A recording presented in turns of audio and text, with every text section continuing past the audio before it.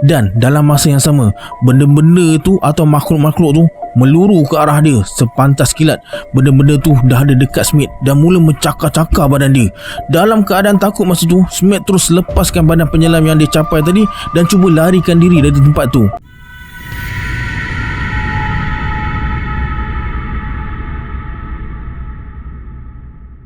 A'udzubillahi minasyaitonirrajim. Bismillahirrahmanirrahim. Assalamualaikum semua, kembali lagi bersama saya Syarul. Terima kasih sebab ada klik video ni. Semoga yang menonton video ni ditambahkan rezeki dan dipermudahkan urusan dunia dan akhirat. Hari ini saya akan sambung volume 2 kisah seram seorang penyelam laut dalam dari US yang bernama Ben ni. Nak tahu kisah selanjutnya macam mana? Tonton video ni sampai habis. Jangan lupa like, subscribe dan komen dalam video ni pada yang nak join grup Telegram saya. Saya dah letakkan link dekat bawah. Macam biasa, sebelum saya mulakan, jom kita baca selawat dulu. Sallallahu Rabbuna ala nuril mubin Ahmad al-Mustafa Sayyidil Mursalin. Sallallahu Rabbuna ala nuril mubin Ahmad al-Mustafa Sayyidil Mursalin. Sallallahu Rabbuna ala nuril mubin Ahmad al-Mustafa Sayyidil Mursalin. Tanpa buang masa lagi, jom let's jump to Rabak Seram.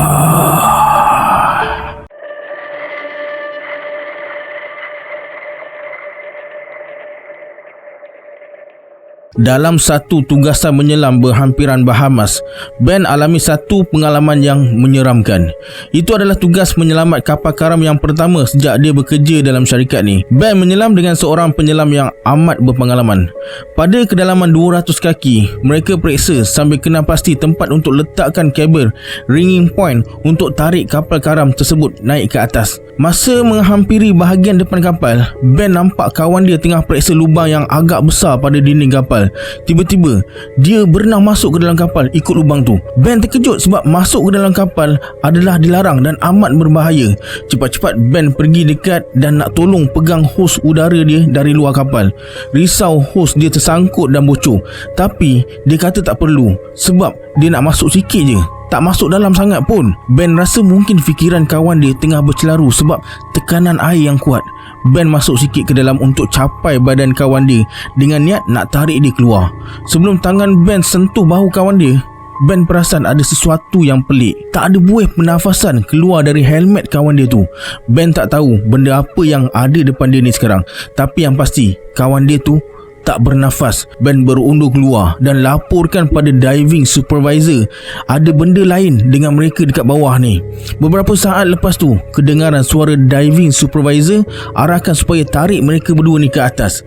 Sampai dekat atas, Ben tanya kenapa tarik mereka naik. Supervisor cuma jawab tak nak letak penyelam-penyelam dia dalam keadaan yang berbahaya. Dia macam mengelak nak beritahu hal sebenar. Mereka menolak untuk teruskan operasi menyelamat tersebut.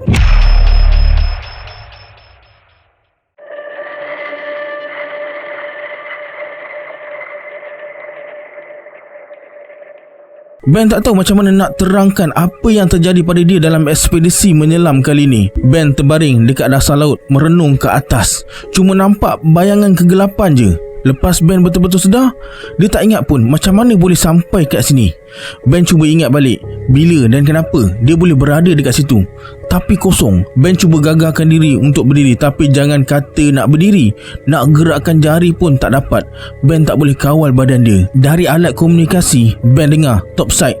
Topside ni orang yang ada dekat kapal tu. Orang tu arahkan penyelam lain untuk cari Ben. Ben terus berfikir, berapa lama dia dah berada dekat bawah ni dan berapa lama dia dah hilang. Tiba-tiba terdengar salah seorang penyelam kata, "Mereka tarik dia." Ben dah panik dan cuba menjerit, tapi tak boleh. Satu suara pun tak keluar. Lepas beberapa minit, terdengar perbualan cemas antara penyelam dengan orang atas kapal tu. Kemudian Ben perasan ada satu bayang hitam bergerak ke arah dia. Makin lama makin jelas. Lepas tu kedengaran dari alat komunikasi, "Topside, aku dah jumpa dia." Penyelam tu hulur tangan dan capai harness dan tarik Ben naik ke atas. Masa dia tarik harness tu, badan Ben berpusing dan dia nampak keadaan sekeliling tempat dia terbaring tadi. Rupanya dia terbaring atas longgokan tulang-tulang manusia.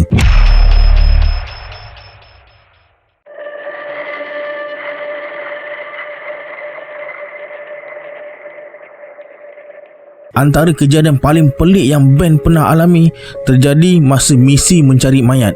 Kalau orang lain yang cerita dekat dia, memang Ben takkan percaya. Tapi ini mata kepala dia sendiri yang tengok, takkan tak percaya pula. Ada satu kejadian di mana pihak tentera US jumpa satu kawasan yang dia percayai terdapat mayat-mayat tentera laut yang hilang masa Perang Dunia Kedua dulu. Ben dan seorang lagi penyelam mula menyelam. Mereka bawa body bag sekali untuk bawa tulang-tulang yang mereka jumpa nanti. Dekat bawah tu, mereka jumpa 3 rangka manusia. Mereka masukkan dalam beg dan bawa naik ke atas. Kejadian pelik tu mula jadi dekat sini.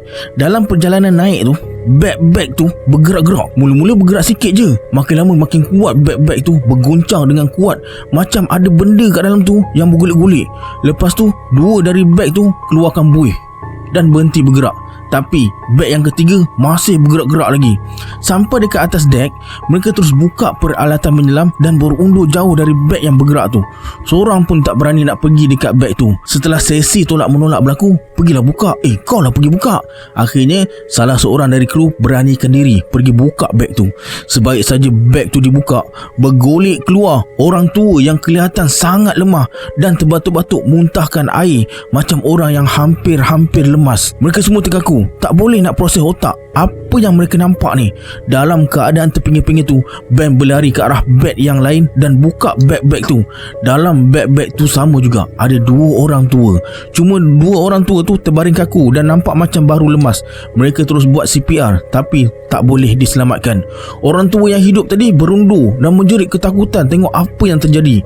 Dia dah macam orang histeria, menjerit tak henti-henti.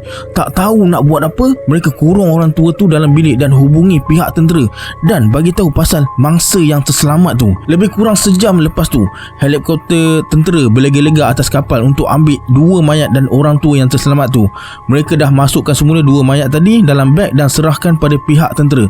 Seorang dari askar tu membungkuk untuk periksa mayat-mayat tu. Sebaik saja zip dibuka, bau busuk yang menyengat hidung keluar dari beg tu. Mayat-mayat tu dah mereput macam dah seminggu berendam dalam air.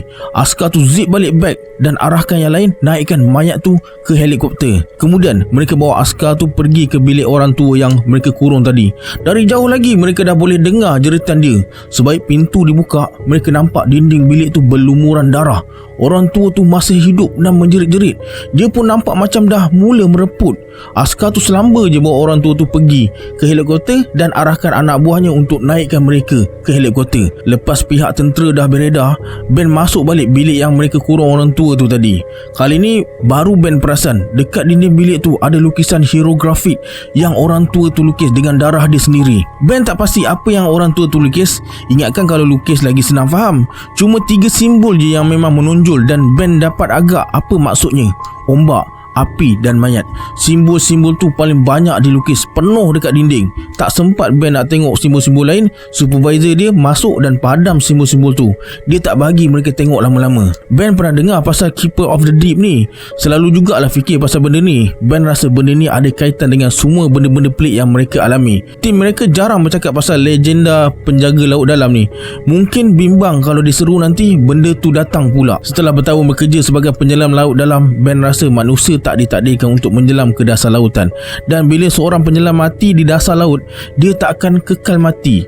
Mereka disumpah untuk selamanya hidup di dasar laut. Dan kalau mereka jumpa manusia, mereka rasa dengki dan marah dan akan tarik manusia tu ke laut dalam supaya manusia tu pun juga jadi macam mereka. Apa yang jadi lepas pihak tentera ambil orang tua tu, Ben tak tahu sebab tak pernah dengar lagi cerita pasal tu.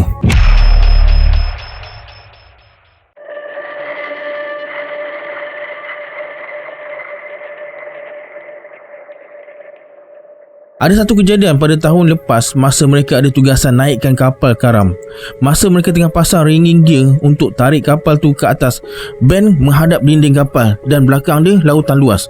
Masa tengah asyik buat kerja tu, tengah pasang ring gigi, Ben tak perasan atau dengar apa-apa pun masa tu. Biasanya kalau ada sesuatu dekat belakang dia, mesti ada bunyi tenet, tenet, tenet, tenet. Ni senyap je. Tiba-tiba ada sesuatu langgar Ben dengan kuat sampai dia terpenyek dekat dinding kapal. Ben berpaling ke belakang, tapi tak nampak apa-apa. Dia terus beritahu dekat penyelam lain dan topside, orang atas kapal tu. Mereka diarahkan untuk naik semula ke permukaan. Ben dengan penyelam lain pun naik atas platform dan ditarik naik ke atas. Dalam perjalanan naik tu, mereka perhati kawasan sekeliling kot-kot. Boleh nampak apa yang langgar Ben tadi, tapi tak nampak apa pun. Sebelum sampai dekat atas, mereka kena berhenti dulu pada kedalaman tertentu untuk decompression, untuk kurangkan tekanan dan bebaskan gas. Masa tengah berhenti itulah mereka nampak satu bayang-bayang bergerak mengelilingi mereka. Makin lama bayangan tu makin dekat. Bila dah dekat, mereka nampak dengan jelas seekor jerung bapak punya besar tengah berpusing-pusing keliling mereka. Ben tak pernah takut dengan jerung, tapi dalam keadaan tengah dikepung oleh seekor jerung besar di tengah-tengah lautan, hanya bergantung dengan seutas rantai yang akan bawa mereka naik atas, rasa macam kena hidang atas pinggan je. Bayangkan, mereka bukan duduk dalam sangkar bertutup, hanya berdiri atas satu platform yang muat untuk mereka tanpa ada apa-apa perlindungan. Bila jerung tu dah makin dekat, baru mereka boleh nampak jelas badan jerung tu. Tapi Ben tak boleh nak kenal pasti jerung ni spesies apa sebenarnya. Lebih besar daripada great white shark dan warnanya langsung tak sama. Keseluruhannya hitam, tapi ada beberapa ciri kelabu. Jerung tu berpusing je perhatikan mereka yang terkaku atas platform, tak berani nak bergerak tu. Mereka cuma mampu berdoa supaya jerung tu pergi dari situ dan tak kacau mereka. Lepas decompression selesai, jerung tu dah makin dekat sangat dengan mereka. Kalau hulur tangan boleh sentuh badan dia. Platform tu pun dinaikkan ke atas. Masa platform tu bergerak, rasa nak meletup jantung, takut jerung tu terkam terus mereka. Sampai dekat atas, mereka semua buat kesimpulan yang langgar Ben tadi adalah jerung tu. Nasib baik jerung tu langgar tank oksigen dekat belakang dia je. Masa buka suit menyelam, Ben baru perasan rusuk dia ada lebam.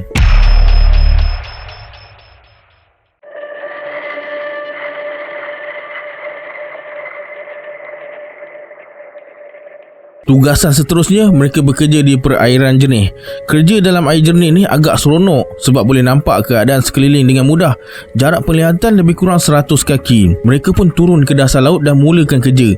Ada 2 peluru berpandu yang dilancarkan oleh pesawat tentera tapi tak meletup. Mereka diberi taklimat tentang lokasi peluru berpandu tu, dan peluru berpandu tu tak akan meletup kalau dikendalikan dengan betul. Mereka dapat kesan 2 peluru berpandu tu dengan mudah dan mula siapkan kelengkapan untuk bawa naik peluru berpandu tu keluar dari dalam laut tu lah.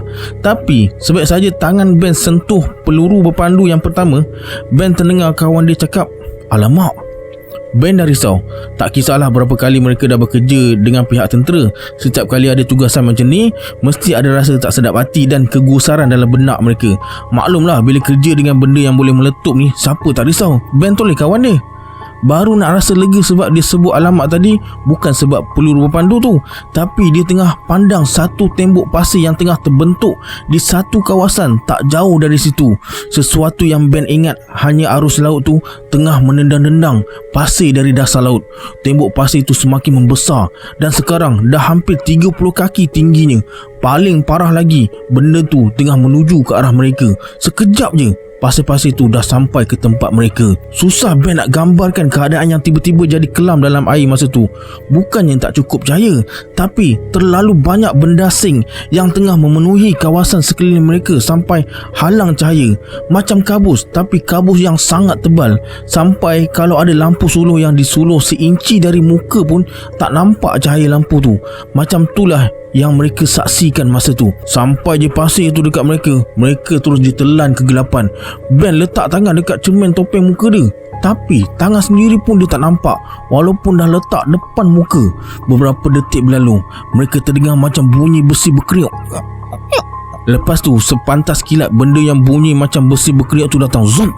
Sepantas tu jugalah pasir-pasir yang menyelubungi kawasan tu hilang. Air jadi jernih semula. Tapi dua peluru berpandu yang tak sampai sejengkal dengan mereka sebelum pasir-pasir tu datang tadi sekarang dah lenyap entah ke mana. Mereka cuba cari dalam pasir, mungkin tertimbus ke apa sebab pasir tadi kan. Tapi peluru berpandu tu dah hilang terus tanpa jejak. Entah macam mana peluru berpandu yang berat tu boleh hilang. Nak kata arus tu kuat, mereka tetap je dekat situ tak bergerak pun. Rasanya peluru berpandu tu lagi berat dari mereka. Macam mana boleh hilang?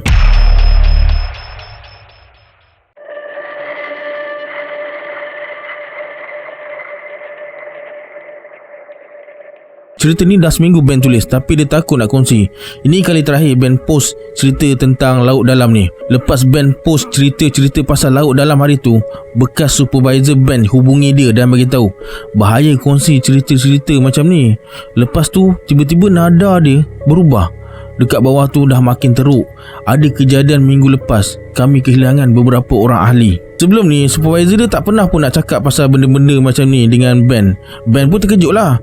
Mereka memang sedar pasal bahaya benda tu, dan Ben pasti semua orang dalam tim dia dah pernah nampak penjaga laut dalam ni, keeper of the deep, tapi tak adalah sampai melibatkan kematian.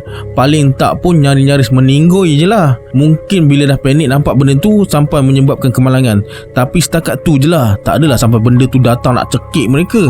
Ini sesuatu yang baru katanya. Kata supervisor Ben, seeloknya tak payahlah nak kongsi kejadian ni dekat media sosial untuk hormati kawan-kawan mereka yang dah terkorban tu.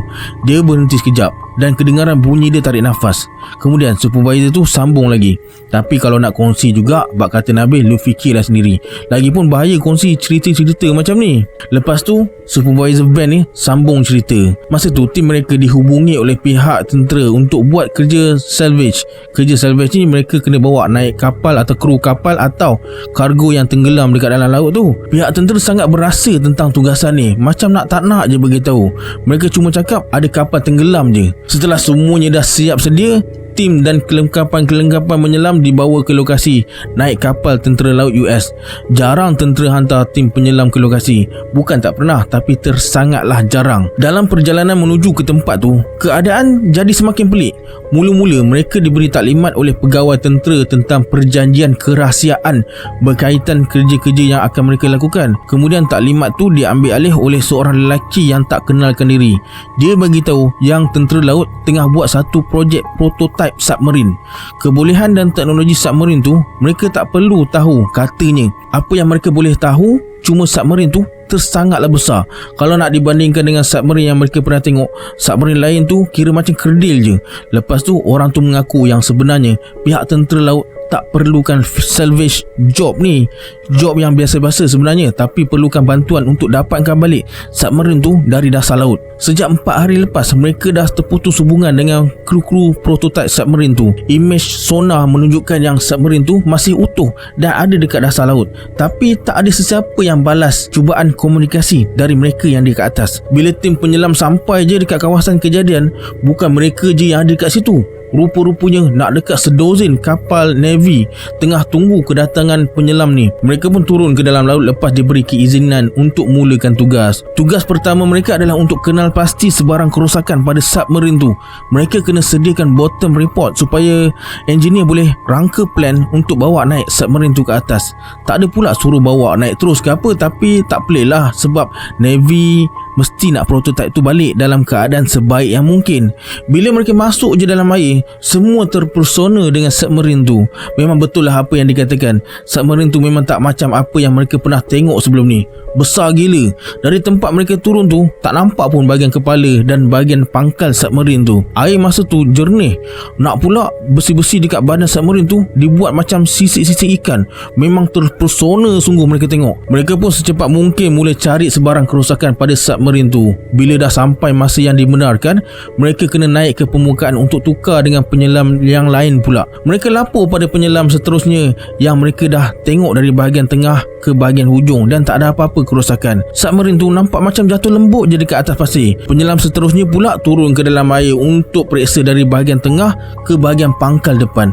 Lepas 10 minit turun, salah seorang penyelam ni cuba tepuk-tepuk sikit dekat bahagian badan utama submarine tu. Tak lama lepas tu, dua-dua penyelam ni boleh dengar bunyi macam ketukan dan jeritan yang kuat dari dalam submarine tu.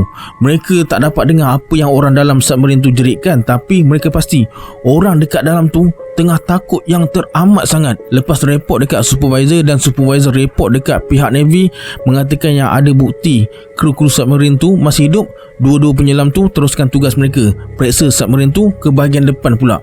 Ada lebih kurang 5 minit lagi sebelum mereka kena naik dan keluar dari dalam air tu. Masa itulah mereka terperasan ada ukiran dekat sepanjang badan submarine yang macam sisik ikan tu, ukiran hieroglyph. Ukiran tu mula dari bahagian depan ke bahagian tengah submarine, tapi tak ada apa-apa tanda kerosakan dekat struktur submarine tu yang boleh menyebabkan ia gagal berfungsi. Lepas tu mereka pun naik ke permukaan dan bagi laporan berdasarkan apa yang mereka dapat hari tu pada pegawai tentera. Walaupun tim penyelam macam bersemangat nak selamatkan kru-kru yang masih ada dalam submarine tu, tapi mereka diberitahu oleh pihak Navy yang submarine tu berupaya untuk kekalkan kru-kru tu hidup dan mereka tak terdedah sangat dengan apa-apa bahaya. Sebaik saja hari kedua bermula, tim penyelam diberi arahan untuk jejak dan periksa 4 lokasi. Engineer akan pastikan sama ada struktur submarine tu selamat untuk pasang kelengkapan ringi atau tak untuk bawa naik submarine tu naik ke atas. Penyelam-penyelam yang turun masa tu dapat kesan 2 lokasi dengan mudah dan cepat, tapi bila mereka menghampiri ke bahagian tengah badan submarine yang dipenuhi ukiran hieroglyph tu, mereka terperasan ada satu benda ke makhluk yang tengah bergerak-gerak. Kedua-dua orang penyelam tu nampak benda tu, jadi tak boleh nak cakap itu bayangan Fata Morgana ke apa, tapi benda tu cepat-cepat lesap dari pandangan dan dua penyelam tu tak dapat nak pastikan benda tu pergi ke mana. Mereka pun cepat-cepat cari 2 lokasi lagi. Keempat-empat poin yang diminta oleh Navy tu nampaknya masih utuh dan bersedia untuk digunakan. Bila mereka dah ready untuk naik ke permukaan, ada arahan baru yang disampaikan pada mereka. Ada 2 lagi tempat yang engineer suruh mereka periksa. 2 hatch. Hatch ni macam pintu untuk masuk ke submarine tu lah. Kalau salah tolong betulkan lah. Satu dekat port, satu dekat starboard. Supervisor masa tu macam curiga dengan keadaan tu. Engineer tu tiba-tiba tak senang duduk lepas dengar ada sesuatu yang bergerak sekeliling kapal. Penyelam 2 orang tu pun patah balik ke submarine dan mula periksa untuk kesan hatch yang disuruh tu. Sebaik saja mula periksa, mereka nampak ada satu benda yang muncul daripada submarine tu. Benda tu tengah heret satu badan keluar dari pintu hatch tu. Mereka tergamam dan terkaku masa tu. Tengok je benda tu tutup balik pintu hatch dan heret badan seseorang tu menjauh. Lepas benda tu dah tak nampak bayang, baru mereka menghampiri tempat tu dan tersedar yang hatch tu hampir tak boleh dicam sebab tak ada beza dengan badan submarine yang macam bersisik dan penuh ukiran hieroglyph tu. Masa mereka tengah lapor kejadian tu, pintu hatch tu terbuka dengan sendiri. Lepas tu, orang dekat atas tiba-tiba terputus hubungan dengan 2 orang penyelam dekat bawah tu. Keadaan jadi kelang kabut. Panik. Tenders ni macam orang yang jaga angin ke apa tah. Google lah untuk kepastian. Tenders bagi tahu ada ketegangan dekat salur umbilicals 2 penyelam yang dekat dalam laut tu. Seorang penyelam yang kita bagi nama Smith dah bersedia pakai helmet menyelam dan bersiap untuk turun masuk. Tiba-tiba salur umbilical 2 penyelam tu mula berguncang dan macam ditarik dengan ganas. Zap. Smith yang tengah bersedia nak turun tu dah mula rasa takut masa tu, tapi dia bersedia juga untuk turun. Tiba-tiba salur umbilical tu macam dilepaskan. Zoom. Dan lain tu dari senyap tak bergerak. Beberapa saat kemudian ada gelembung-gelembung udara naik ke permukaan air. Supervisor yang dalam keadaan panik bagi arahan pada Smith supaya bawa naik penyelam 2 orang tu keluar cepat-cepat dari situ. Smith pun masuk dalam air dan mula jejak saluran umbilical penyelam yang hilang tu, dengan tujuan saluran tu dapat bawa dia menuju ke penyelam-penyelam yang perlu diselamatkan. Masa Smith ikut saluran tu ke bawah, dia perasan banyak gelembung udara naik ke atas dan dia turun semakin dalam. Bila sampai dekat punca gelembung udara tu datang, rupanya salur umbilical tu dah terputus dari penyelam-penyelam tu dan cuma pam udara ke dalam air je. Situasi makin genting. Smith tahu dua penyelam tu tak dapat bertahan lama tanpa bekalan udara. Dia tergesa-gesa cuba cari mereka dekat sekitar kawasan tu. Lepas 5 minit, Smith masih tak jumpa apa-apa dan dia disuruh untuk periksa hatch submarine tu. Smith pun tergesa-gesa pergi dekat tempat tu dengan harapan dapat jumpa dua penyelam tu hidup-hidup. Bila Smith sampai dekat tempat tu, dia nampak yang hatch tu terbuka dan ada dua orang yang tengah terbaring dekat lantai. Dua orang penyelam tu lah. Smith pun masuk ke dalam ruang tu untuk ambil mereka berdua. Bila dia masuk ke dalam ruang tu, Smith perasan ada lebih satu benda atau makhluk yang tengah perhati dia dari kawasan gelap dalam ruangan tu. Smith capai badan penyelam yang paling dekat dengan dia dan tarik naik untuk keluar dari situ. Dan dalam masa yang sama, benda-benda tu atau makhluk-makhluk tu meluru ke arah dia. Sepantas kilat, benda-benda tu dah ada dekat Smith dan mula mencakar-cakar badan dia. Dalam keadaan takut masa tu, Smith terus lepaskan badan penyelam yang dia capai tadi dan cuba larikan diri dari tempat tu. Dalam situasi bergelut tu, akhirnya dia dapat lepaskan diri dan terus naik laju ke atas permukaan. Masa Smith ditarik naik ke atas kapal, dia dah tak sedarkan diri. Badan berlumuran darah terbaring dekat dek. Tim terus bawa dia untuk dirawat. Supervisor tim bagi tahu pegawai tentera untuk batalkan semua selaman ni. Dia dah kehilangan 2 orang penyelam dan seorang lagi tengah kritikal. Ada sesuatu yang susah nak digambarkan yang ada dan berlaku dekat submarine tu dan dia tak nak kehilangan siapa-siapa lagi. Rawatan tu berlanjutan sampai ke malam dan akhirnya Smith mula sedarkan diri. Dia beritahu supervisor yang dia nak berhenti dan tak akan masuk lagi dalam laut selama-lamanya. Supervisor yakinkan dia yang tak ada siapa-siapa akan masuk balik ke tempat tu dan lepas rawatan dia selesai, semua orang akan pulang ke daratan. Keesokan paginya, tim penyelam dipanggil oleh pegawai tentera untuk diberi taklimat semula. Dalam bilik tu ada pegawai tentera dan tim engineer Navy. Pegawai tentera tu bagi tahu yang mereka dah tak perlu bawa naik prototype submarine tu, tapi apa yang ada dekat bawah sana tak boleh kekal macam tu. Semua yang ada dalam submarine tu perlu dimusnahkan. Jadi sekarang tugas tim penyelam ni adalah untuk masuk balik ke kawasan submarine tu dan tanam bahan letupan dekat lokasi-lokasi spesifik yang ditetapkan oleh tim engineer. Supervisor tim penyelam ni pun jadi marah dan geram lah kan. Dia minta supaya tim mereka dibawa balik ke darat. Tiba-tiba beberapa pengawal bersenjata masuk ke dalam bilik tu dan halang mereka keluar.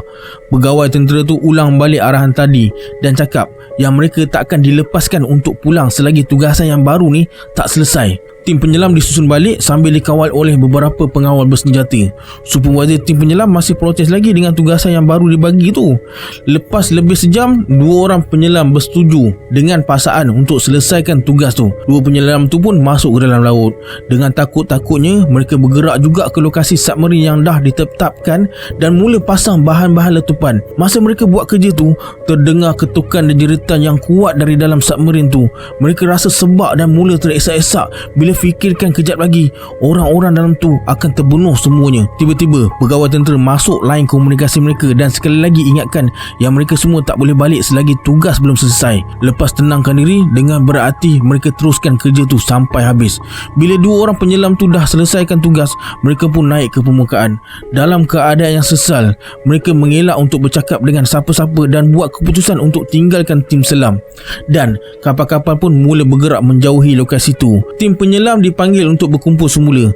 Pegawai tentera ucapkan terima kasih atas khidmat mereka pada negara dan mereka akan diberi ganjaran lumayan atas tragedi yang mereka alami dalam tugasan ni. Antara ayat terakhir pegawai tentera tu adalah kejadian yang lepas dah bocor pada orang ramai. Tolong sedar, mungkin ada akibat buruk dari sebarang maklumat yang bocor tentang apa yang dah berlaku hari ni. Supervisor Ben pun akhiri perbualan dengan bagi tahu yang seluruh ahli tim dah bersetuju untuk berhenti dan tinggalkan syarikat selam. Ketakutan mereka pada laut dalam dan penyesalan mereka sangat tak tertanggung. Akhir sekali ayat bekas Supervisor Ben ni cakap, ada sesetengah tempat yang manusia memang tak ditakdirkan untuk terluka. Alright, sampai sini kisah yang dapat saya kongsikan hari ini. Sebelum kita berpisah, anggaplah kisah ini sebagai hiburan semata-mata. Janganlah terlalu mudah percaya. Hanya yang mengalaminya tahu akan kebenaran sesuatu kisah tu. Kita berjumpa di video akan datang. Saya Syarul. Assalamualaikum. Adios.